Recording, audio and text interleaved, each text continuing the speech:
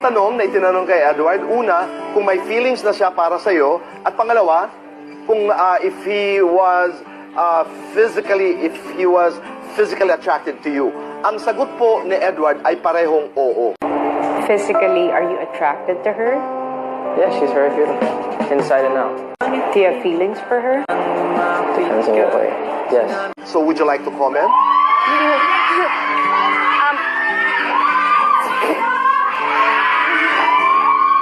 I would like to...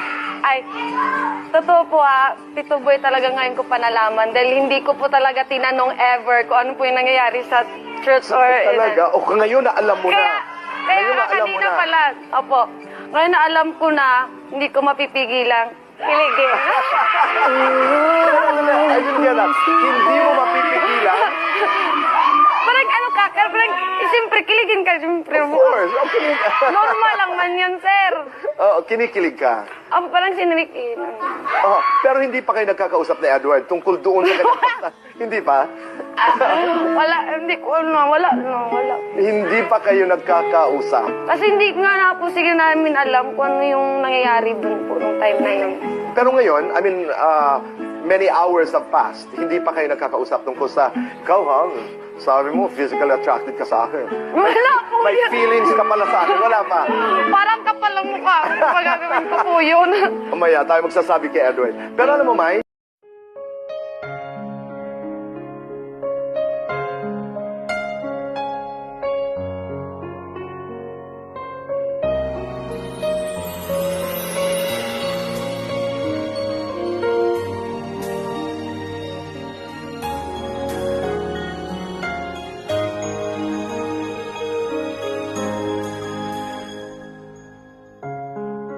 Parang biro lamang dumating ang tulad mo, at may isang pag-ibig na tapat at totoo. Dahil sa'yo'y naramdaman ang tunay na pagmamahal.